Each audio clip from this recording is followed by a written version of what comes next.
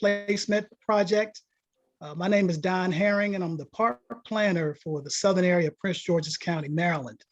I wanted to first and foremost acknowledge that we have Miss Gina Anderson Ford with us this evening, representing Council Member Monique Anderson Walker's office. I'd also like to acknowledge a few of my colleagues, Miss Bridget Stesney, who's my division chief for the Park Planning and Development Division, as well as Miss Laura. Thank you, Bridget. As well as Miss. In the clock, so I'm going to go ahead and get. Want to also introduce Miss Laura Conley, who's the acting park planning supervisor. Excuse me. As well as Miss Ayana Moore, who you heard from previously. She's our public information coordinator. I'd also like to acknowledge from our project management team of Brailsford and Dunleavy, we have Mr. Jose Lopez, who's the project manager, as well as Mr. Ryan Ferguson, who's the assistant project manager. And then also from our wonderful consultant team, playground consultant team, Sparks at Play, we have Mr. Sean Briggs, as well as Mr. Justin Wilson, who will be co-presenting with me this evening. So we're just thankful and appreciative of the community coming out this evening for Washington State Civic Association, as well as the Tantal and Preserve Homeowners Association representatives. And I thank you all for all the representatives who assisted me in coordinating this meeting. But prior to getting into our presentation this evening, I did want to allow Ms. Anderson Ford to make a few remarks on behalf of the council member. Ms. Anderson Ford. Thank you, Don. Everybody can call me Gina. I appreciate the formality. Councilwoman wanted to be here. She had another engagement that's running over. So you have me this evening. We're really excited. First of all, we want to thank Bill Tyler and Don Herring for moving so quickly on this initiative with the Captain's Cove Park playground replacement. The councilwoman, as you probably know, is all about mental and physical health and wellness, our youth. And so this is right in line with all of her initiatives. I know during the pandemic, we all want to get out and play. So this is a great time to bring a playground in. And I see Troy is on. I don't see his face, but I know Nathan and Kai will really enjoy the opportunity to Hi, Troy, great to see you, to get on the playground, not only to play and to socialize with others. You know, we all have fond memories of playgrounds, I know. So Sparks at Play, I love the name. And I'm just looking forward to collaborating with you all. The councilwoman is really excited about these community engagement meetings, and you'll see her on future ones for sure. So thank you, Don, for the opportunity to address everyone. All right. Thank you very much, Gina. And I'd be remiss if I didn't also acknowledge my other colleague, Ms. Claire Warstill, who's our lead strategic park planner. So did I miss anybody else from our staff? Okay, great. Next slide, please. So we have a brief agenda this evening for you. I will start off just giving a little update on the project description, as well as the site orientation. And then what I'll do is I will pass the baton over to Mr. Justin Wilson with Sparks at Play, so he can provide his update on the actual playground concepts, and then also get community feedback as well. And then we'll close with questions and answers, as well as talking about a little bit about next steps.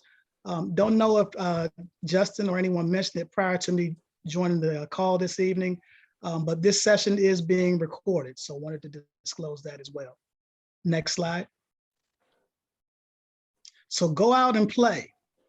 As Gina mentioned, this is very important to our department and many others on this call. The county's playgrounds come in all shapes and sizes, from small neighborhood parks similar to Captain's Cove to larger imagination playgrounds that we would have at maybe facilities or parks. We recognize the importance of updating and renovating playgrounds to create safe and fun places, safe and fun play experiences for residents.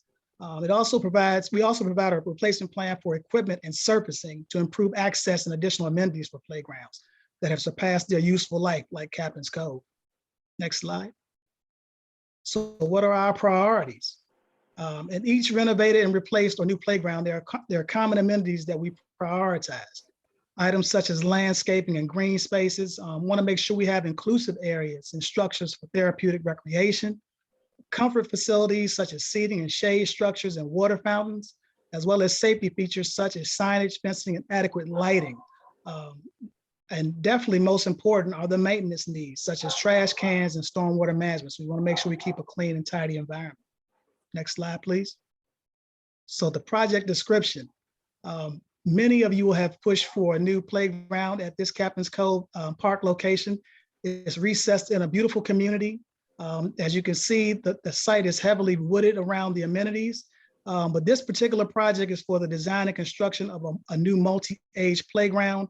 The project will also include demolition of the existing playground structures, excuse me. Some of your existing amenities, in addition to the playground, you have a tennis court, which is currently just an open court without a net. So being utilized as more or less of a sports court. You also have a loop trail with fitness stations, as well as a parking lot. And the actual size of the site is approximately 9 acres. So just as a frame of reference. Next slide. And now we'll pass it over to Justin Wilson for the community engagement and playground update. Thank you. Don, thank you. And I appreciate everybody joining us today. Sometimes when doing these community meetings, if your camera or your video gets lagging or slow, it helps if you turn off your own personal video. That can help your internet connection as well. Today, we're going to be doing some education in terms of what are playgrounds and what do they look like and what trends we're seeing. And then the latter half is going to be largely engagement. So today, what we're looking at, we're going to talk about the importance of play, which most everybody knows. We're going to share some play trends that we are seeing in the industry. And that's to kind of put everybody on the same understanding as we get into it. We're going to have several polls to help us understand what you as a community are looking for. A chance to do question and answers at the very end, like Don said, and then we'll also talk about the next steps. Something that we always notice when we do these types of projects is that in order to get the playground right, there's several things that we have to have in place, and that's the right team, which I think we've assembled the right team here. We have to have the right products. We have to be designing with the right things. We recognize that every site is unique and different, and the community is different. And so in order to get the best design, it's important to have the specific users there. And that's why we do these types of community engagements, because you know your community much better than I would. And so any information that you can provide us as the design team is only going to help us be able to kind of hit the nail on the head the first time or the second time as we continue to design with you and the community and the commission. I wanted to also share that if you have questions, please put them in the chat. We are going to try to keep everybody on mute except for those who are presenting. And as questions come into the chat, Ryan Ferguson is going to be moderating that, helping to address those questions either on the fly or saving them so that we can address them at the end. So as we're going and something pops into your head, please just type it into the chat and then we can address it at the end. So we all, I think, intuitively know and understand why play is important. It's important for not only kids, but also older adults and middle adults, and everybody should have a chance to play. And that's because play is a way that our body helps to improve our mind. And it helps in several different ways. It helps us in our decision-making. It helps stimulate the brain. It also helps reduce the risk of heart disease. And so for kids, even 15 minutes of going outside and playing will help them perform better in school, academically, and with their behavior. It also helps people with creativity as well. And so having a place to play in your neighborhood, it adds to all these things, but it also contributes to the feeling of community that you have in the space. And that's why doing something like this is important, getting it right and making sure that we do the playground justice to provide a spot where people can go and play and socialize and improve physically, mentally, emotionally, and socially is what we're here for. When it comes to playground trends, something that we're seeing quite prominently now is the desire for communities, the community desire to have places that are inclusive. And a lot of times when we talk about inclusivity, people will think immediately about persons with disabilities. And like these young women that we see here on this photo, they will think of visible disabilities or orthopedic disabilities. So each one of these young women that you see here are missing one limb. The reality is that 7.1 million school-age children have a disability, but not all of those disabilities are actually visible. So we were talking about orthopedic impairments. 1% of the 14% of the children in schools that have disability, only 1% of those have either a wheelchair or a walker or a prosthetic limb or something like that. The remainder of the number happen to lie largely in specific learning disabilities, and that includes things like autism, developmental delays, or speech and language impairment. And so quite often when we're talking about disabilities, people will think of persons solely in wheelchairs, but we want to make sure that our design thinking and our conversations also revolve around individuals who have different disabilities, such as common autism on the autism spectrum disorder, or sensory processing disorder, and things such as that. And so when we talk about how do we accommodate a wide range of disabilities that are out there, we found that to create an inclusive space, it's important to create spaces where multiple people can play together at the same time. And the playground shouldn't be focused solely on physical skill. It should also contain large components that allow people to play together. So they're developing socially. It allows persons to get familiar with people who might walk or talk or function differently than they do. It also allows individuals to socialize and for people to better understand each other. And so what you see here on this first slide is an example of lots of different pieces of equipment that allow for that. On the top left-hand side there, we see a Wii saw. A lot of you are familiar with a seesaw. Usually there's two on each side and they go back and forth. These ones have been designed so that persons who have maybe larger bodies can fit. And so they work well in a community where adults want to participate with children as they play, or maybe grandparents who aren't quite as mobile. It gives them a place to sit and rock with their kids who might be sitting on the other side, or their grandchildren. We also see the Omnispin here in the middle, and it's a large merry-go-round, much different than the merry-go-rounds that many of us were used to growing up. And these ones are large. They allow for persons who might have bigger body types. It doesn't necessarily require somebody to be physically elite or an athlete of any type, but allows multiple people to play together. We also see ramps, the oodle swing, friendship swing. All these things are designed so people can participate with each other, including the sway fun, which we see here in the bottom left-hand corner, which provides spaces enough for 2 or 3 individuals who might be in a wheelchair, plus their friends and family all participating at the same time. And that's what inclusivity looks like in most situations. We're creating spaces where multiple people with varied amounts of abilities can socialize and play together. One other thing we wanted to point out was the importance of shade, the bottom right-hand corner. We're learning more about disabilities, and a lot of people who are taking medication to help with some of their disabilities are also more prone to being sunburned. And so having shade in the space is important. One other thing too is that grandparents and parents, if they get uncomfortable, it's time for everybody to go, right? And so by providing shaded spots in a playground area, it allows for the adults to stay a little bit longer, which means the kids get to stay a little bit longer, and it's better for everybody. A win-win-win. Another trend is sensory play, and this ties into inclusive play a little bit too. Sensory play is important.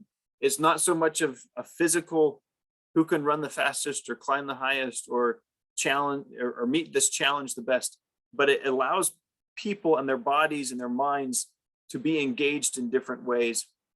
And I'll talk about just a few of these. I think the musical one is pretty obvious. It allows people to be using their hands, but also listening to noises and music. And it allows multiple generations to work together. On the other side, we have the Cozy Dome. It's a nice climber, but oftentimes if children who do have sensory processing disorder, or if they might be on the autism spectrum, every once in a while, a playground can get a little intense, and it gets noisy and it gets almost overwhelming. And so having a place like the Cozy Dome where they can sneak inside, decompress just a little bit, it allows them to kind of self-regulate and then get back out there and play again. The bottom side, we have the roller table and the roller slide. These are two pieces that as a person's body goes across it, it rolls up and down their skin or their body. And for you and me, and for a lot of people, it's a really cool experience. But what we don't know is that it is actually sending signals to our brain, and it's helping our brain to identify where our body is in space, and also the feelings and textures that we're feeling. And it's those types of senses that get developed that help kids from hurting themselves or burning themselves. And so allowing kids to feel things or have things felt on their body It helps them develop those types of important sensory developmental milestones. And then on the bottom side, we also have sensory panels. And these are things as kids crank them or they touch them, it stimulates different parts of their brains. Not only are they cool to watch spin and see how the gears move, but it also helps connect synapses in their brains, which helps them eventually down the road also work on math and even language and cognitive things such as that. Other trends that we're seeing, new forms. For the longest time, a lot of the playgrounds have looked the same, almost for 20 years. They've all kind of looked the same, but we're starting to move into this trend where playgrounds are now coming in different shapes and sizes. And so you can see there's thematically, we can have things that look like boats, or things that look like lighthouses on the top right, or things that look like tree houses and nature inspired, which you see on the bottom. We're also seeing a lot of animals. There seems to be this strong connection between kids and animals. And so we're seeing a lot more sculpted animals where they're not necessarily meant to be climbed on, or they're not a slide in particular, but it's something that the kids can interact with, and it creates that imaginative play that's important for the young kids. We're also seeing forms that are very much different from what's most commonly seen out there in play spaces. And you can see a few of these. So the hedra up here on the left has this very strange, almost like multi-sided die piece. And then you have large towers that are happening, and then also bent metal forms. All these things help to play into a child's creativity. Also, something about these pieces is that it's not always clear where you're supposed to enter and where you're supposed to exit, which for a kid, the first time they might think, where's the steps that I go into? And so it allows them to start thinking creativity. How do I want to use this space? And it also allows them to use it in ways that they feel more comfortable with. And so having these open forms and having different shapes allows for the creativity. And then also it's just a different aesthetic for the neighborhood as well. So that's kind of the educational portion. We're going to begin some polls. And the first set of polls that we're going to do it's about inclusivity. And so you will see up on your screen another slide, and I will talk about that slide a little bit. And then I will initiate what's called a Zoom poll. And so over the top of your screen will pop up a poll, and we just ask that you fill it out according to what it's asking for. In most situations, we're just looking for 1 or 2 answers. We want you to choose what's most important to you, and then we can use the information that you provide to aggregate it. And so we can determine as a design team, what is the community saying about these things? So we're going to do polls about inclusivity, and then we're going to do something called exploration sliders, and I'll explain that a little bit more. And then we'll talk about play types. And then again, at the very end, questions and answers and a survey link. So this is the very first one here. When it comes to inclusivity, we're passionate about it. We know that the commission is passionate about it, and we want to make our spaces as inclusive as possible. And getting to that, one major thing that we need to know and understand is, how does the community want to make their space inclusive? What types of things do they value or see as the most important in order to make their space as inclusive for their community as they can? And so you can see up here images, but I also want you to pay attention to the text at the bottom, because we're trying to describe not so much a piece of equipment, but a category.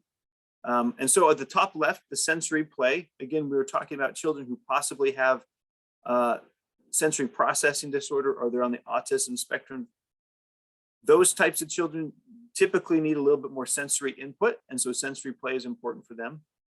Group swings is great for situations where you might have a lot of older adults looking to play with younger kids, or you have families with kids in all types of age ranges, and so giving them a chance to play together. Ramps are important, especially if you have maybe a lot of mothers with strollers, or if you have a lot of individuals who might be in wheelchairs.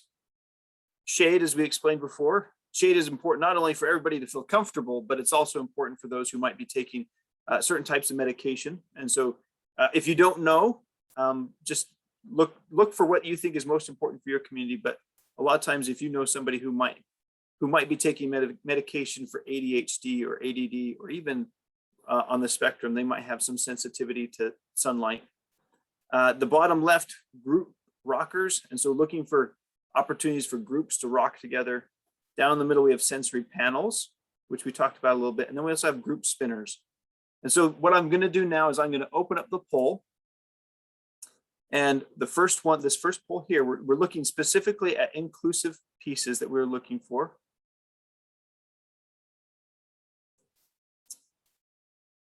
Sorry, I'm looking for my poll.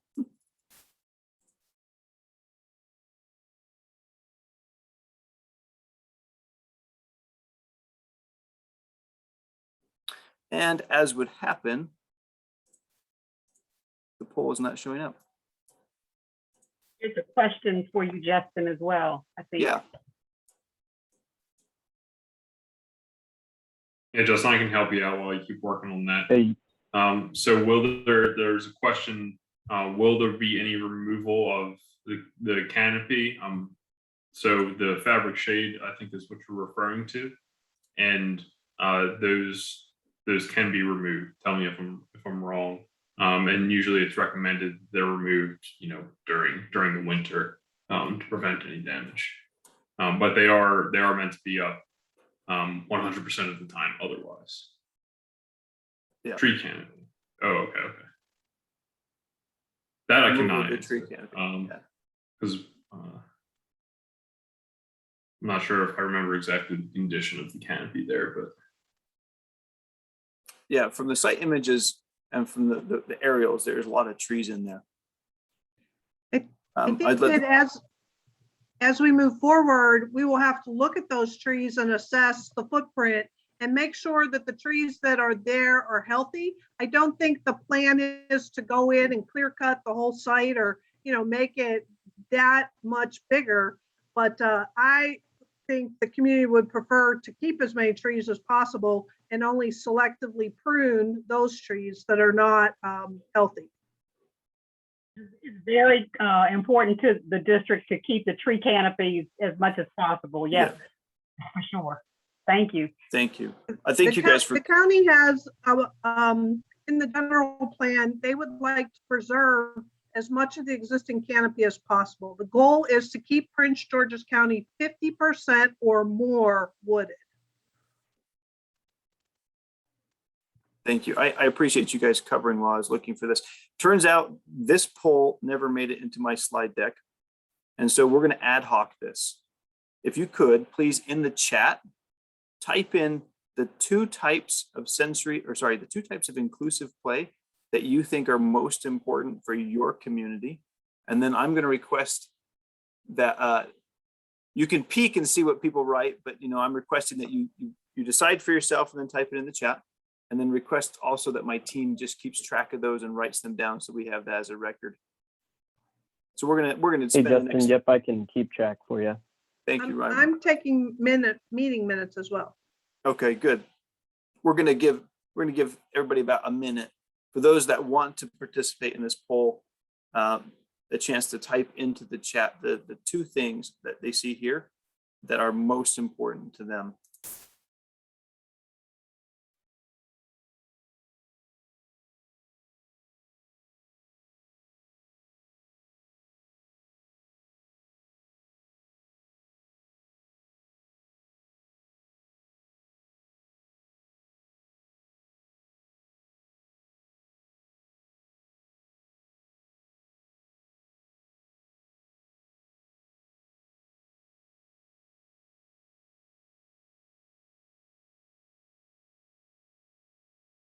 Okay, well, we are going to allow people to continue to put into the chat the things that they're looking for as we continue to move to the next one. But just looking there quickly, I see a lot of group spinners and sensory play, group swings. When we get a better chance to evaluate all the answers that are coming in, it'll give us a chance to aggregate it together, just like we will for the following ones. So this next set of activities, we have a couple of slides. And we're going to be looking at dichotomies in a play space. And so a dichotomy is where you have two almost opposing thoughts or ideas, where they're on the different side of the spectrum. And what we're asking you to do is to select which one that you lie closest to. And so we're going to talk about these three different dichotomies, and then I'll open the poll. And while the poll is open, you can position the poll into the middle of your screen if you're on a laptop or even an iPad. But if you are on a mobile device, the poll is going to be in front of the screen. And so I I will still continue to kind of talk in the background just for those who need a refresher on what we're talking about. So the first two that we see here is a traditional versus an open playground. And so the traditional on the left-hand side, you can see that it has the posts and the platforms. And then you have climbers that go up and slides that go down. I think probably 90% of all the playgrounds that you see out there, or maybe 85% of all the playgrounds, are probably something similar to a traditional type format. A lot of people are used to deck spaces. We still have slides, and we still have climbing, and we still have overhead events. There's just not as many platforms that are out there. There's more of seating spots that are arranged within the cables. People like it because it's easier to kind of see through. Other people don't like it because it seems like it's a little too foreign for them. And so that's the first dichotomy, traditional versus open. The second one is form versus function. And so when doing a playground, if there is a particular reason to do some sort of special form, then it is possible for us to do that and to create some sort of theming that goes with it. Watkins Regional Park is a wonderful example of that, where we took an idea and we went to the extreme to create something that was very aesthetic. The challenge that we have there is that money starts being spent on creating aesthetics and creating things that match a theme, and not so much money is being spent so much on the function of it. And so if you have something that's fully form, there's a lot of imaginative value there, but there might not be as many elements to play with. Whereas if it's purely function, which we have over on the right-hand side, we end up getting more climbers, more sliders, more things for people to do. But it might lack that special kind of aesthetic feel to it, or it might lack a special theme to it. And both of them are completely acceptable. We're just trying to understand what you feel like is more important to you. And then at the very bottom one we see here, we have versus individual space. And group play, pretty self-explanatory. Opportunities for kids to play together in group settings. And sometimes we can do it so that, it really requires kids to work together. And sometimes we can create it so it just brings kids together. And then on the other side, we have individual space. And that involves things like music or sensory things. Individual space is almost as important as group play, where sometimes a kid can get sick of the people they're playing with, or they get nervous because a certain new person stepped into the crowd or something. And so having a spot for an individual to go and kind of play on their own is sometimes important too. But I want to find out from the community what you guys think is the most important. So what I'm going to do is I'm going to share this first poll. These are the topology sliders. And so what you're going to see is you're going to see 3 questions, and each question is going to ask you, where do you land on this kind of slide, this sliding scale? And so it should be pretty self-explanatory, but like I said, I'm going to be talking over it just a little bit. As you fill it out, the answers will come in, and when I feel like we have most of the people who've answered, then we'll end the poll and talk about it briefly. So for those of you who are on a mobile device, this poll is probably taking up your entire screen. And so again, I'm just going to kind of walk through some of these dichotomies in case you can't remember them or you need the visuals. A traditional playground is more posts and platforms, something that you've been used to seeing.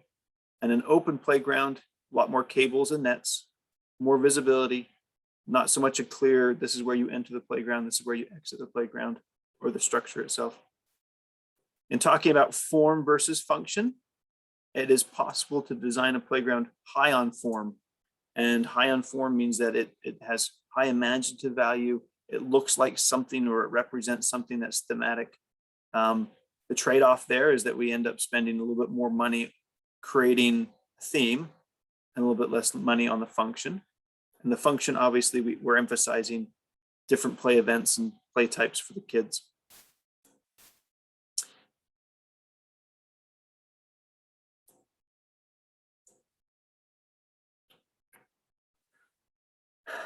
This third one, I think I have it a little out of order here. It should be group play versus individual space. And it looks like the questions are actually off on this one. So I want you to answer it based off of group play versus individual space. It says all active, mostly active, mix of active and passive, mostly passive, and all passive. I want you to answer that thinking group play versus individual space. And I'll make sure that I correct the next ones to make sure they're right. We have about half the people have answered so far, so we're going to give everybody a few more minutes to continue to evaluate their choices. Again, there's no right or wrong answers. We're looking to see for you individually, what does it mean? And then we'll discuss it kind of as a community. So Hey, Justin, we have a go ahead. question. Yeah. We'd like to clarify whether or not active means group engagement, or what the differences are there, if they're different. Yeah. So what happened is this poll, I edited it, but I don't think I saved it properly. So we need to just on question number 3, when it says all active, in your brain, change that to mean all group play, or mostly group play, or a mix of group and individual space, mostly individual space, or all individual space. I think there was an error in my template when I set up this meeting, and I apologize for that. Did that answer the question, Ryan, do you think? Yeah, okay.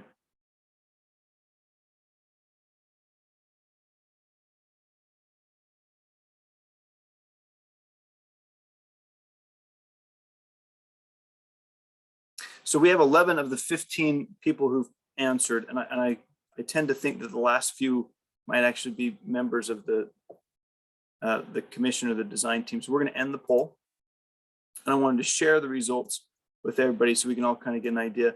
And this is, I find this important to share with the community so everybody gets a chance to see what their peers and their colleagues are talking about. And every once in a while, we end up seeing an outlier, and then it's good to discuss those outliers as well. So seeing that we kind of have a sideways bell curve does kind of help mean that everybody is generally in the same area on this. So in terms of traditional versus open, it seems like the community is looking for a mix of both, which is very common for us to do and to see as well. It does skew a little bit heavier towards the mostly open, with one individual wanting it all to be open. In terms of form versus function, I think this is the most beautiful bell curve I've ever seen. It's almost exactly, it is exactly even. We have an even number of people wanting all form and all function, and mostly form and mostly function, and right down the center. So it seemed a very good distribution, which means that we're going to be looking for ways to create something that's very functional, but has a little bit of that form or that aesthetic, or maybe a little bit of thematic theming to it, which is good. And then we're looking again, it says active versus passive, but we really are looking at group play versus individual space. And I apologize again for the mix up on this one. It looks like in general, everybody is looking for a combination of group play and individual space that skews slightly towards group play, which I will say is very common in most events or situations in which we do these types of community engagements.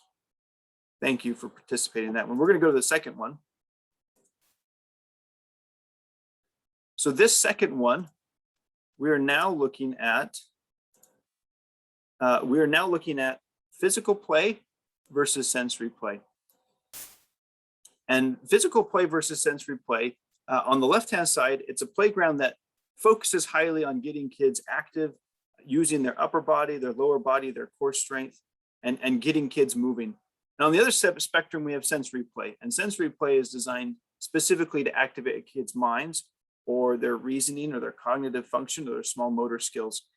In my opinion, both of them are very important, because not every child needs or wants to be physically active at all times. And at the same time, not every child is stimulated by the sensory play. Sometimes they just need to burn off energy. And so we're going to be asking you in the next poll, let us know what you think is the most important there. In terms of the other one, we have intuitive versus challenging.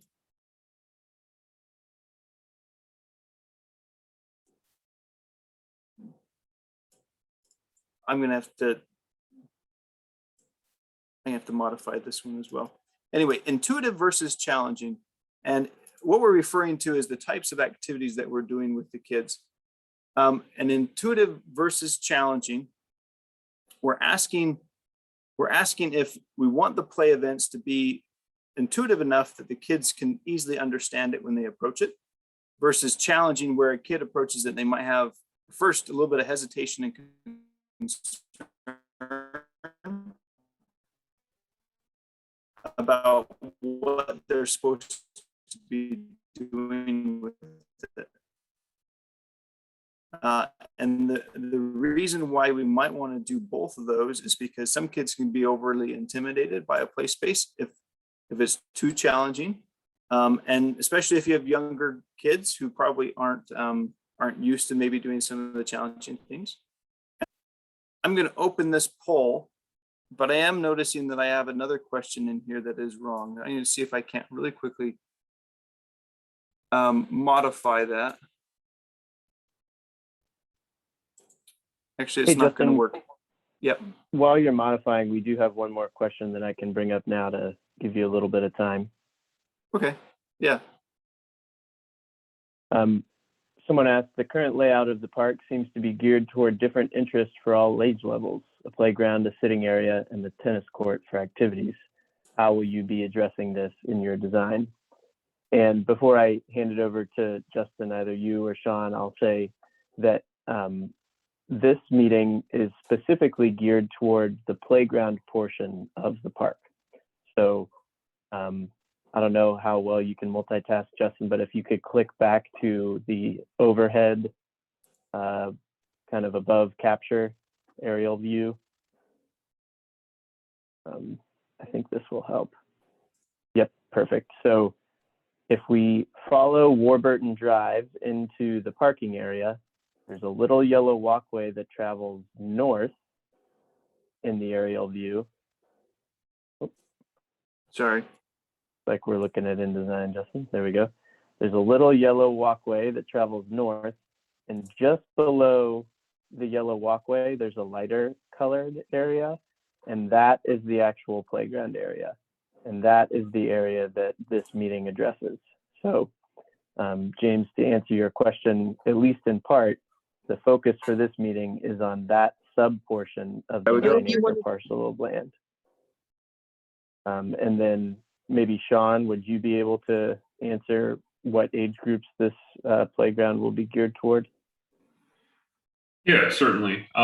So there are a couple different age groups that play equipment is manufactured for. With public park spaces, most commonly we address two of the three age groups that playground equipment is designed for, and by designed for I mean the playground manufacturer uses average anthropometrics to make sure that everything is sized correctly for certain ages of children. The two groups are 2 to 5 year olds, and then 5 to 12 year olds. So there's going to be different pieces of equipment that are rated for each one of those different age groups. There are some what we would call freestanding pieces of equipment that are acceptable for 2 to 5 and 5 to 12. But the play structures themselves, and by play structure, I mean a structure with multiple events, slide climbers, things like that. There will be a separate 5 to 12 and 2 to 5 structure for those two. But that's the age range that we typically address. There is equipment that's designed to be appropriate for 6 to 23 months, but sometimes that's in public spaces, sometimes it's not, just depending on the need. So hopefully that answered your question. If it didn't, let me know. Thanks, Sean.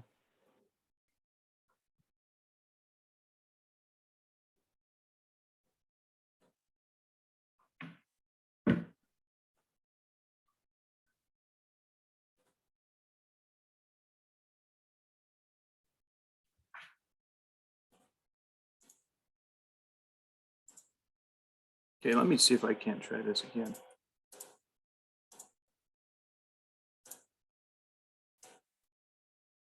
All right, I apologize for that delay there. The very last one that we had here on the bottom was bold colors versus calmer colors. And I think for the longest time, playgrounds wanted to be bold and bright, and we were using a lot of primary colors. And we've seen a switch kind of the calmer colors. And there's a reason for both, I think. And a lot of it is personal preference. Some of it is the setting, what works best with the setting, the things around it. And also there's a little bit of psychology that goes with it. So sometimes kids get invigorated by bolder colors and get excited by them. And calmer colors can help calm kids down a little bit. And so sometimes in certain settings, certain things might be better. And we'd be most interested in knowing how you as a community would like. And so I'm going to launch this poll. There's probably typos in it. So 15 points to anybody who finds my typos in there. There we go. And so it should be active.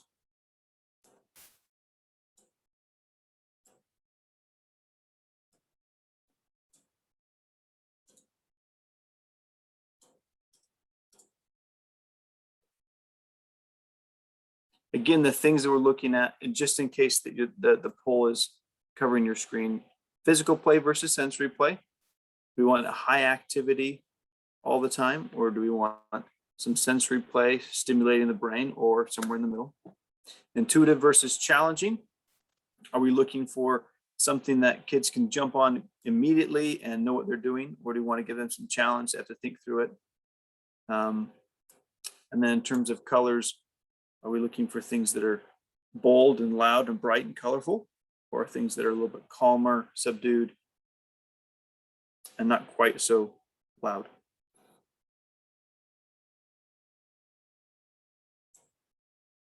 We're waiting for just a couple more people to submit their answers before we review them.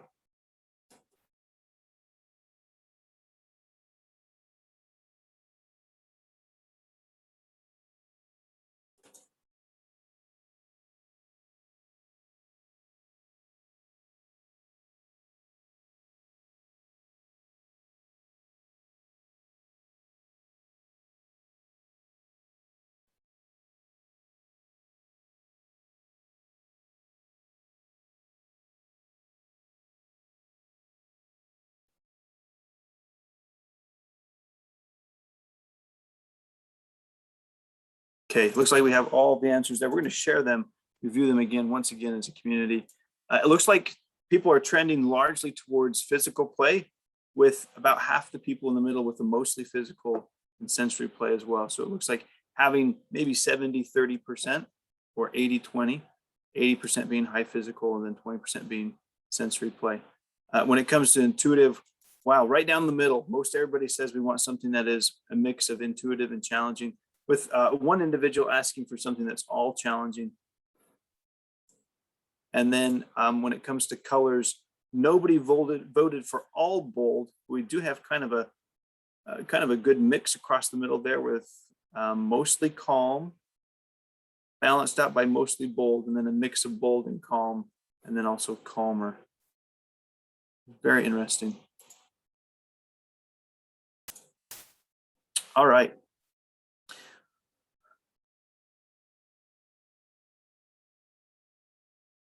Let me see here. This next one that we're talking about, this is now kind of a voting exercise. So we just got through the sliders. We're now going to be looking at specific things, and we're going to be putting in front of you several different types of play events. And the play events that we're going to be evaluating are ones that we see commonly. And we just want to know, as a community, what are the play events that you guys are most interested in playing with or having inside your space? And so the first one we have there is the oodle swing. And the oodle swing is one of these group swings that allows for multiple kids to play on at once. It's kind of like the newer version of a tire swing, maybe, which you can see there also, a tire swing. The oodle swing can handle 5 kids or more kids. And if you've been to any of the DC parks recently, or even in your own neighborhood, you've probably seen some of these types of swings, and they are incredibly popular. Usually there are lines with people waiting to get into them or to use them, which is always a good thing, in my opinion. The next up is the classic tire swing, a swing that goes side to side, but also goes around in all types of motions. It's one of those great swings, usually a little bit for older kids. but it's a great opportunity for kids to swing together. We stopped long ago using the actual tires, and so you'll see this one is a plastic model of a tire, so you don't have to worry about kids getting gray tire stuff all over them. We also have the toddler swing, and the toddler swing is the one meant for specifically toddlers. Once a kid reaches about 2 years old or 3 years old, they won't fit into them anymore. And some playgrounds or some places have a high population of little kids, and so they're looking for a lot of these toddler swings. Other spaces aren't so much looking for them, and that's just fine. We just need to know as a community what types of things you guys are looking for. Molded swings that you see here on the far right. Almost every kid loves to swing in them because they're unique, but these swings are actually designed to help support a child who probably has a weaker spine or a weaker neck. And so oftentimes if a child comes to a playground and they're in a wheelchair, their parents can help transition them into these, and then they can swing. Whereas on a typical belt swing, it's a lot harder for them to actually participate because they don't have the arm strength or the back strength to keep themselves upright. The boogie board, it's a lot like a surfboard. You see this young man sitting almost like a hammock. It stays lower to the ground and it doesn't swing quite so high. You get multiple kids on it. It's a different new type of swinging experience, as is the friendship swing. And the friendship swing is a great option for users of multiple generations or multiple ages. So you can see here you have a mother who's pushing an older daughter holding a child and a brother across from them. We see a lot of grandparents who enjoy this one, largely because they can sit in it and they can kind of kick their feet a little bit as they're sitting across from a grandchild, or as they're sitting across from another grandparent as they're chatting on the playground. And so that's another option there. The final one that we have here is the Hedra swings, and you can see that the form of the Hedra frame is a little bit different than the traditional one. That form gives just a little bit of spring to the swing, and so we're not catapulting kids off these swings, right? But the kids do get a little bit of bounce in them a little bit. And then you have your traditional belt swings, and this is what all of us have grown up for years, swinging on these types of belt swings right here. And so a lot of communities just love them. They're a good staple. They're a mainstay. Kids learning how to pump on these types of things. And so that is the different types of swings that we wanted to talk about today. So I'm going to open up this poll here, and we're going to be looking at the swings. On this one, we want you to pick your top 2 favorites. So if you're looking at them and you say, well, I'm really keen on this one and that one, click on those 2 and then submit it. So here we are. The poll should have opened on your screen. We're talking about the oodle swing, tire swing, toddler, molded, boogie board, friendship, Hedra. So go ahead and enter what you think was most important and then hit submit.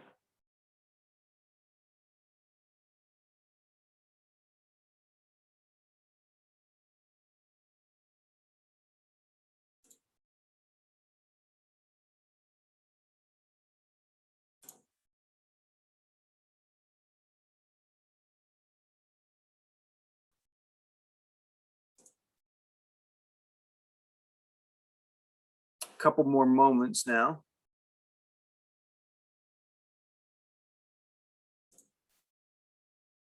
I think we have probably 6 more people ready to submit their answers.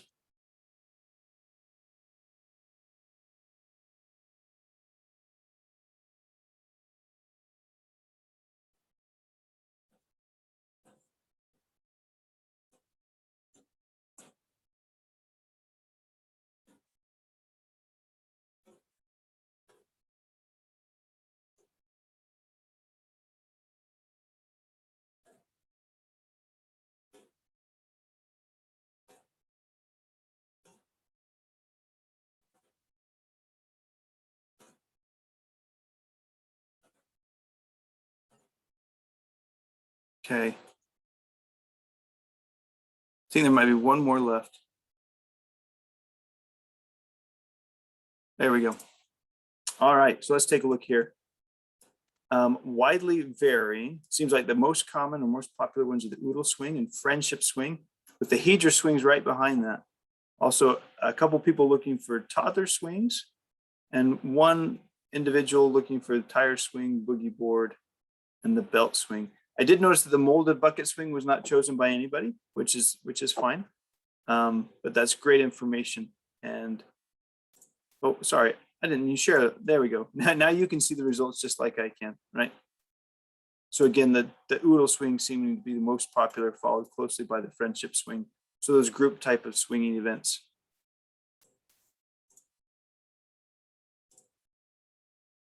All right, we're now looking at climbing types. And so now we have up here on the board, we have almost 10 different types of climbers. And these are probably climbers that you've all seen in some way, shape, or form on a playground. We're seeing a larger mix of different types of materials like the metal and the cable climbers, or just straight up cable climbers. We're also seeing these nature-inspired climbers, and this is where manufactured concrete forms are made to look like rocks and boulders and rock faces. And kids tend to gravitate to these quite often because they're challenging and it's not quite as intuitive. We also have various forms of climbing walls that you see right there in the middle there. And then also different types of climbing where it's not so much getting up and over, but it's climbing across, like these rope bridges that you see here, or the overhead climber, and even the big cable tower type climbing events. It's not so much about how high can you get, but climbing around. We also see metal forms, which are kind of very traditional in terms of the type of climber that they are. And then we have rock wall grips, which gives kind of that rock climbing experience if the kids ever climbed indoors. We're going to open this up for polling. Looking at the different climbers. Once again, pick your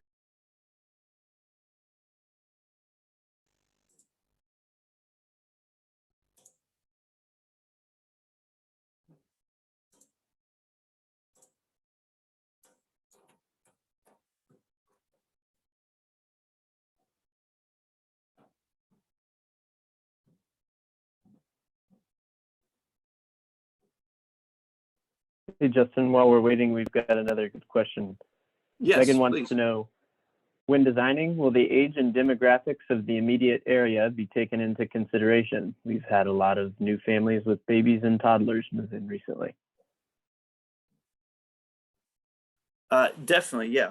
I mean, the intention of a community meeting like this is to get an idea for the community and the demographics that we have.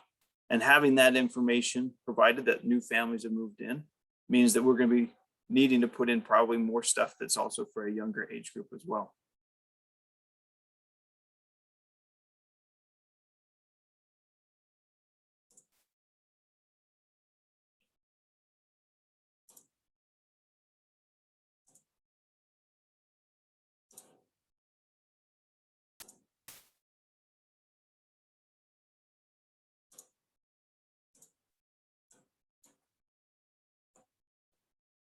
Okay, we're waiting for one more response. So we'll give another 10 seconds before we end the poll here. Can you put the choices back on again? For the poll or for the climate types. Oh, for the climate types. Yeah, so they should be behind. If you're on a computer, it should be behind your poll. I see the screen, and I need to answer my questions. Okay.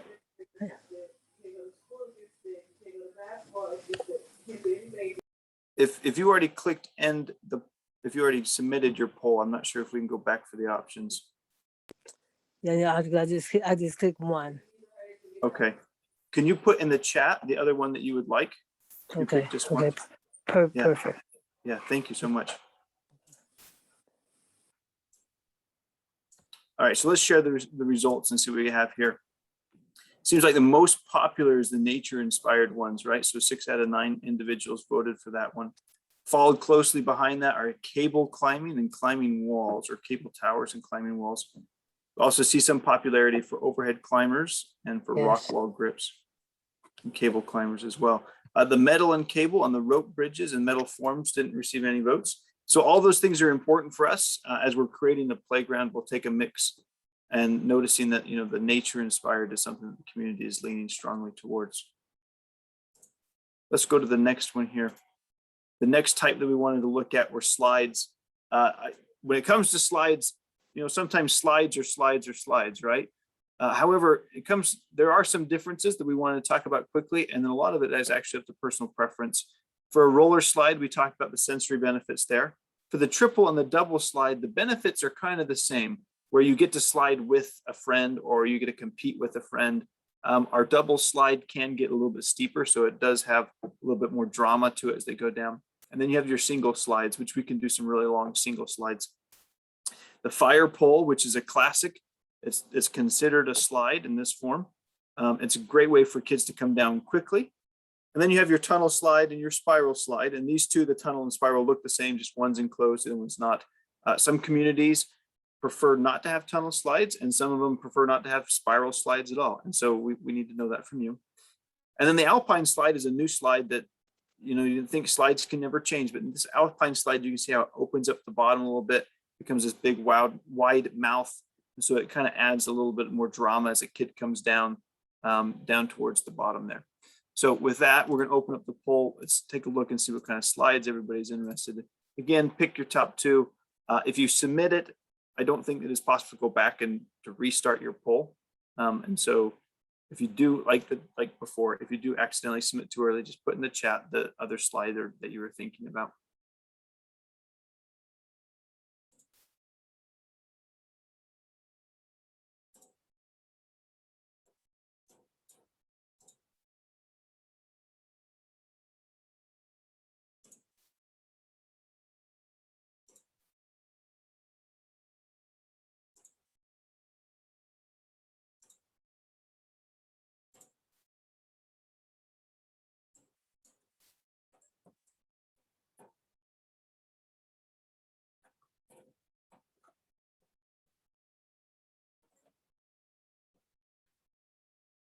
It looks like we're probably waiting for one more person to respond.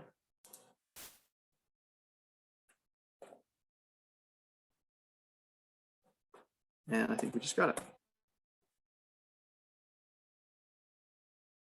Okay. Yep. So we're going to end the poll and then share the results, review it all together. Seems like a lot of popularity for the single slide, with the double and the triple and the roller slide and fire pole also a favorite. The tunnel slide received no votes. That's great for us to know. And then we're seeing actually down here, a little surprise at the bottom, the alpine slide receiving some of the most votes, 6 out of 10. So that would be great that we can incorporate an alpine slide into the design. Thank you for that.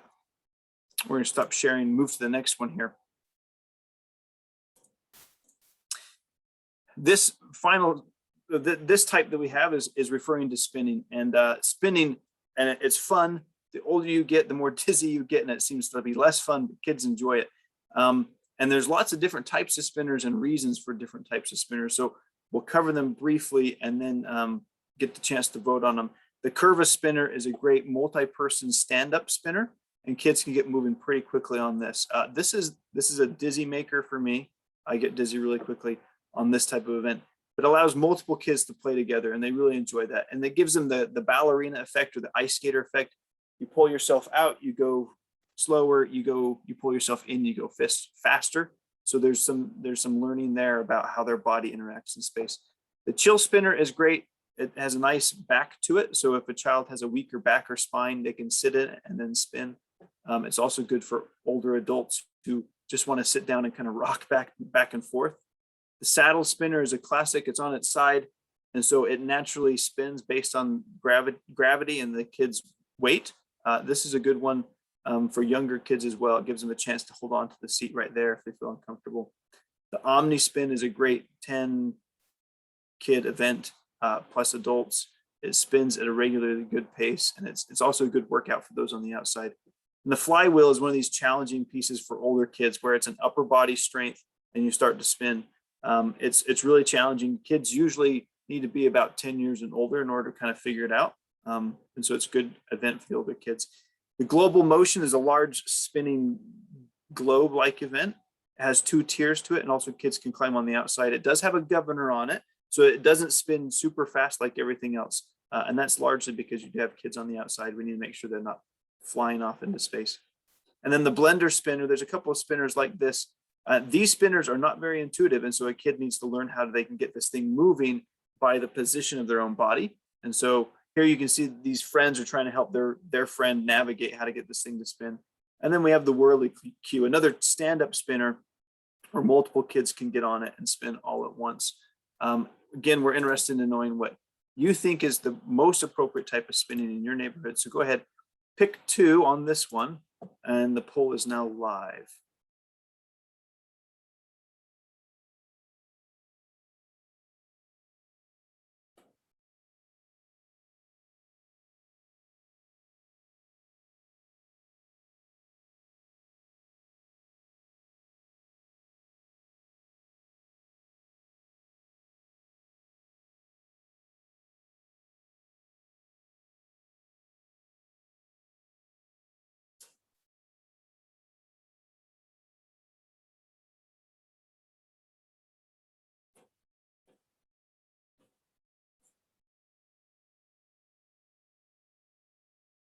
I think we're waiting for one more vote here.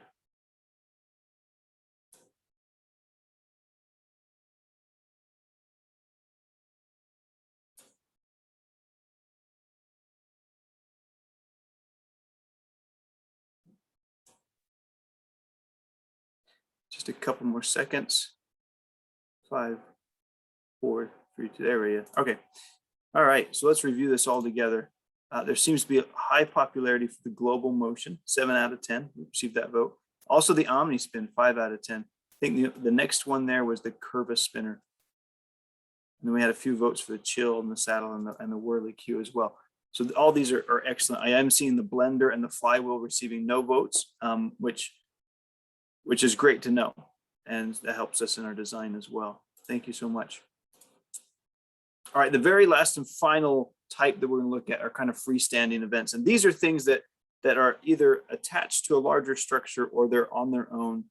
These are events that some kids will gravitate to after they're done chasing their friends around on the playground.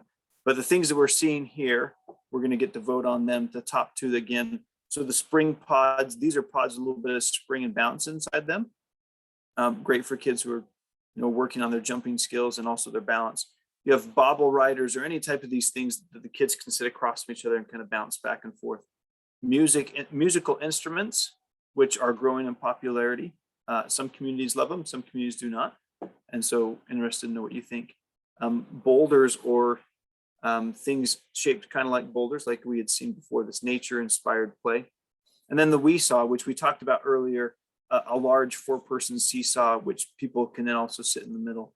And then you have wobble pods, and the wobble pods, they have the springs on the bottom. They're designed to be stood on or sat on, and they kind of wobble back and forth, which helps with the core strength for a child. And then you have this is called the swiggle knots down here, designed to almost replicate American Ninja Warrior type course. And so the idea was that kids, as they were trying to navigate through it, they're working on their core strength, their balance, their eye-hand coordination. And then the Cozy Dome, like we had talked about before, it's kind of that sensory piece. It's good for climbing, but good for kids to also kind of take a little time out if they're getting overwhelmed by the noise and activity. And then the balance beam in the far bottom right there, a classic activity where kids are always working on their balance and their ability to put their foot in front of the other without tripping. So interested in knowing what the community wants, we're going to switch that over to the other poll, the freestanding one. Again, vote for your favorite 2.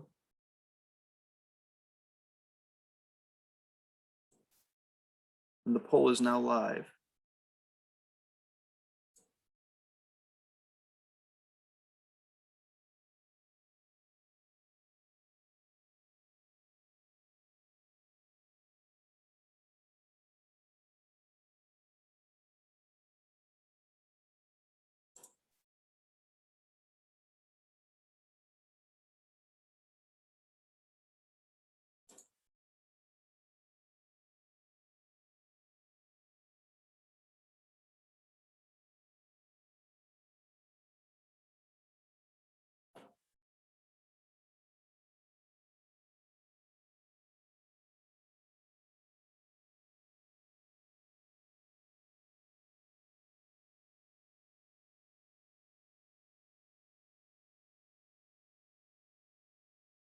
There we have it. Our final vote came in. End this poll. We're going to share results. This is quite interesting.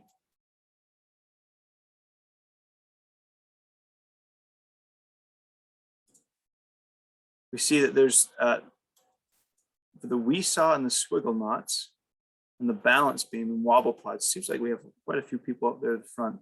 I did notice that on this one, the zip crews came in as the first option, where instead we should have had spring pods. So if anybody was really dying to vote on the spring pods, but it didn't show up, please put that in the chat. If you're looking for spring pods, but it wasn't on the actual voting chart there. A very good mix, which I think it's good to have a good mix and a variety, because each one of these works on a different part of a child's development. So we're going to see what we can do to incorporate as much variety as we can then.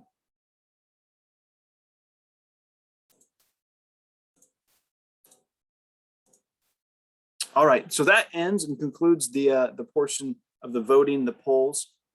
We had a couple of hiccups, but I appreciate everybody working with us as we got through it.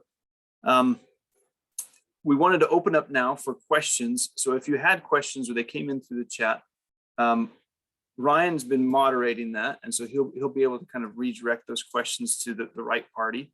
Also in the chat, if I can find where I stuck it on my screen. In the chat, I'm going to post a link, and this link is to an online survey. And it allows for a few more kind of open-ended questions. And it's important for us to get additional feedback if you need any more additional feedback to give to us. So the idea here is that we went through the poll. We now have a chance to answer questions, but the survey also serves as a chance for us to discuss anything else that, or for you to share with us anything else that you think is important, and also to give feedback on how this process has gone so far. So with that, Ryan, are there any questions that popped up that we have not addressed throughout the process so far? Okay, yeah, so we did cover the ones that came up through the discussion, but even just in the couple moments that it took to get the survey out, we got a couple more. Where the group is curious about the timeline, which I can say that we are, that's kind of a collaborative effort. And I think we're shooting to have the new playground coming in around March timeframe of next year. And then interim steps, I'll leave up to Justin and Sean to kind of answer. Yeah, Sean, do you want to address that timeline in terms of from here out and design, stuff like that? Of course. Yeah, so essentially, the main purpose of this meeting was to gain everybody's feedback. So we could take that feedback and turn it into a design, a playground design that, then will be presented to everybody. And, it will be able to show how we used all of the feedback into putting that design together that we got today. So that usually takes 2 to 3 weeks. I don't think we have a set date on that yet. Is that right, Ryan? That's right. Okay. Yeah. So we're going to start the design pretty immediately in the next several days. Just take some time to put everything together. And then the lead time for the production of the equipment, everything is manufactured in the States, and it's coming from Minnesota. Right now, it looks like the lead time, which is extended because current events with the pandemic, it takes about 15 weeks once we get the final design together and everybody agrees to move forward with it. And then probably 1 to 2 months, probably closer to 1 month of construction time. So that's kind of a very brief overview of the length of kind of the major events. But thanks, Sean. Thanks, Justin. Next question, what ground material options will there be? And the commission has decided that they are going to use engineered wood fiber for this playground. So it will feel a bit like kind of that mulchy surface that probably most of us have experienced in some capacity. Another question, can we send the link out to the broader community? Yes, absolutely. Send it to as many folks as you can think of. The more feedback, the merrier. And I believe there is do we have a window for that survey, Justin? I can leave it open as long as the commission would like. Usually after a week, no one else is submitting answers, but So for those of you who are sending it to friends and family and neighbors, do it as quick as you can to make sure we get their responses in. Another question, will the footprint change? So currently there is not a border to the playground area in the strict sense. It's all grass there right now. The current equipment will go away, and obviously the new equipment will go in, and we're targeting a square footage of between 2,000 and 2,500 square feet.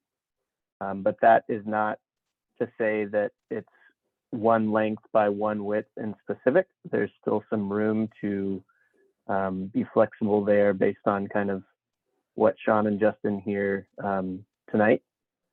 Anything to add, Sean or Justin, to that?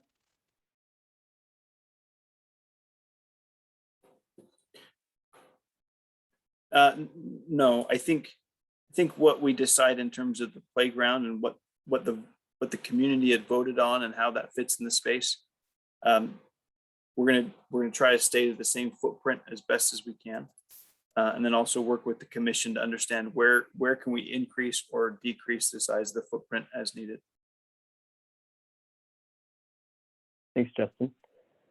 The next question, will they update equipment on the walking trail? And I think I can take that one too. Not in terms of the scope of this meeting. So that's not to say that it won't ever get updated, but as far as tonight goes, we're focused on the current playground that's there and replacing that equipment with the equipment that we're getting feedback on. Another question, let's see. Can we get the deck of options with the vote results? Yeah, in the text here, it said a copy of the presentation and the recording of the meeting will be available on our project webpage. And we can work with the commission as well, make sure that when we get the results of the survey and also of the results of the polls and then also the survey, we give those to the commission so they can make them available as needed.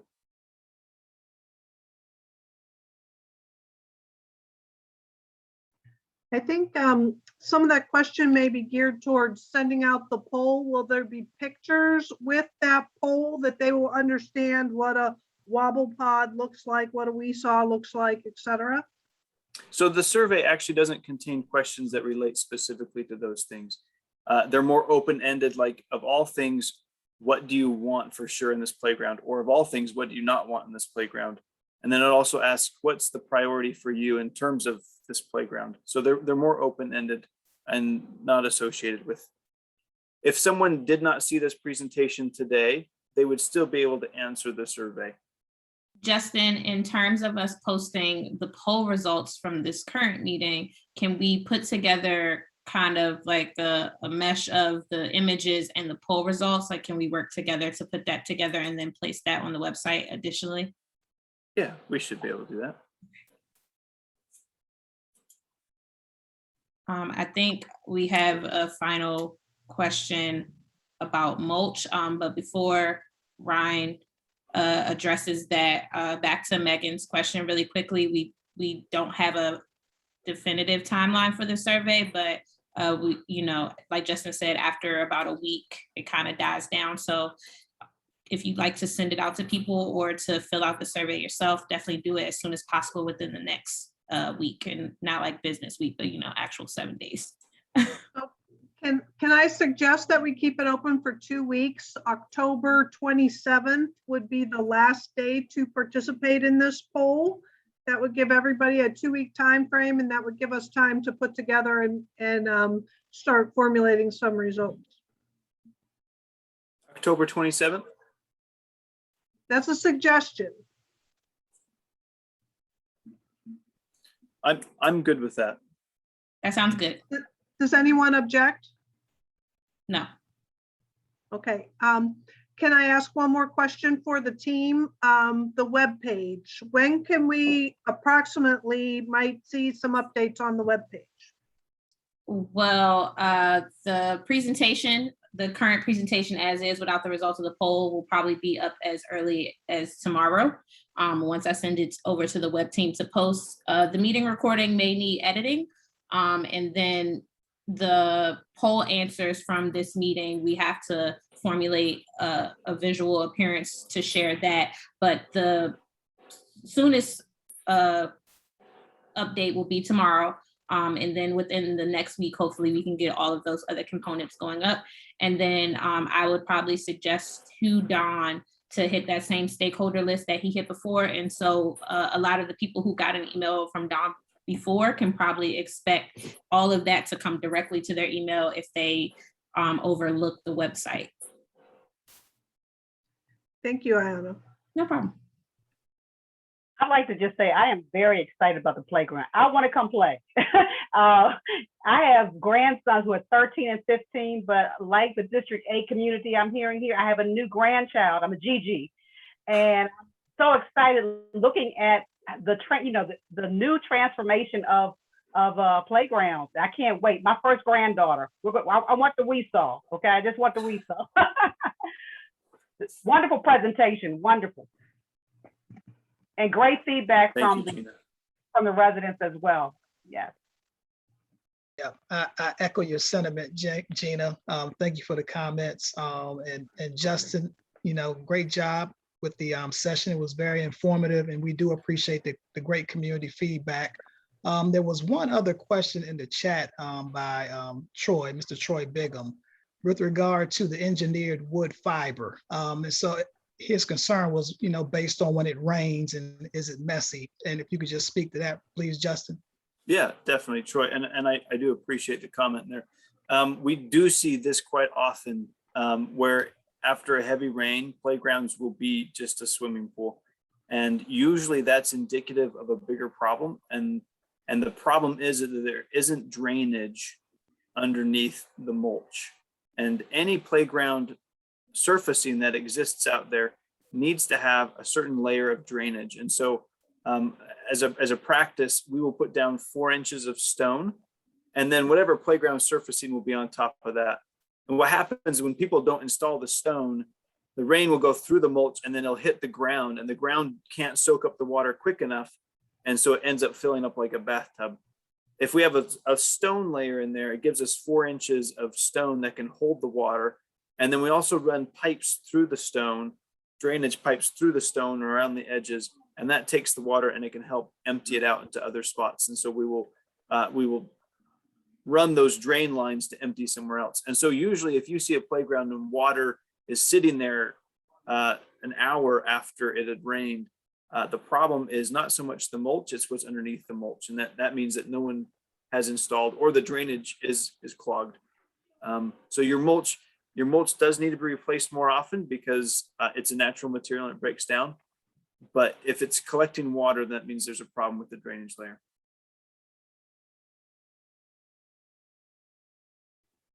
All right, thank you, Justin. Yeah. Thanks, Justin. I'm just looking back through and I'm noticing some other comments that we will definitely incorporate after the meeting's over, but wanted to bring them up now as well.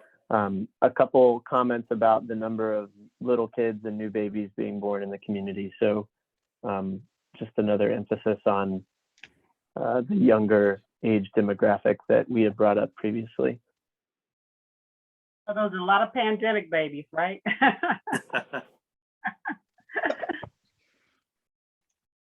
Yeah, I did notice a comment in there about a toddler swing definitely will be needed. And then I think we have covered all of the questions, so maybe we'll just give everybody another minute to squeak in any last questions. I want to point out that Don has left his contact information, his email in the chat. If you have questions, Don Herring is your contact point.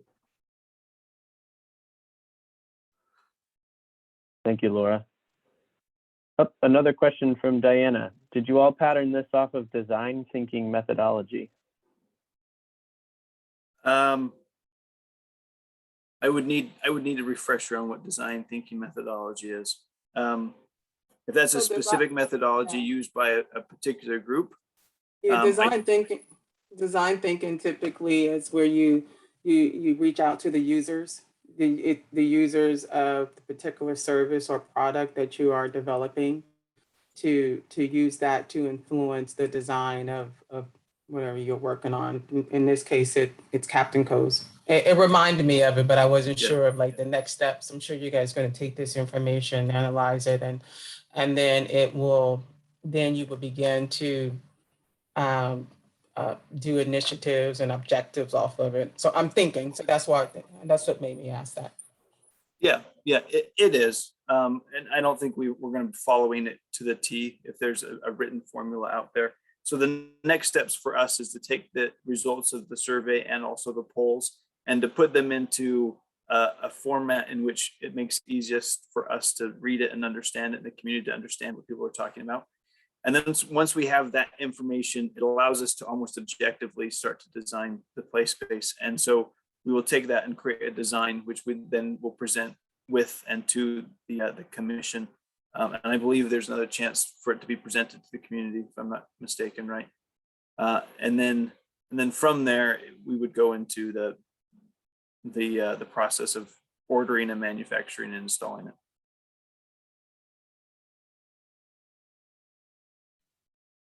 Thank you, Justin. There's another question that, thanks, Diana. Another question that just came into the chat. Will there be another meeting to discuss the tennis court? Which I think probably maybe Ayana or Bridget, if she's still on, might be best. Don is actually the best person to direct that. Or Don. Of course, yes.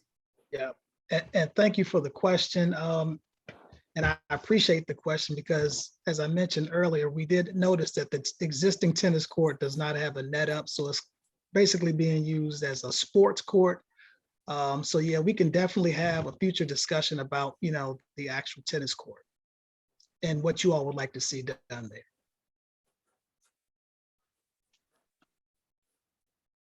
I see another question here by Megan. Does the timeline and budget take into consideration the current pricing and supply chain? Yes, so Sparks at Play, we work closely with the manufacturer, and that manufacturer provides for us their lead times. And so we're able to monitor how far out things are and able to price them.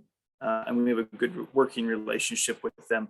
And so the timeline is going to be based off of what the current supply chain is as well, and budget as well. And I'm glad you brought that up.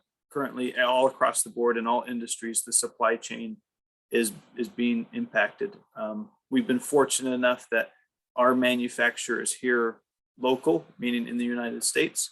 And so we haven't been as impacted as some others might have been.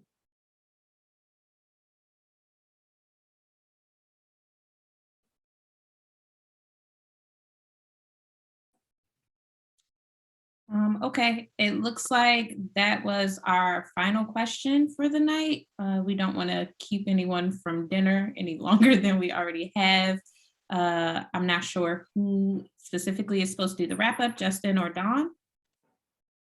Yeah, Don, I'll let you wrap it up. All right, thank you, Justin. Yes, just want to thank everyone once again for coming out tonight and joining us on this virtual meeting.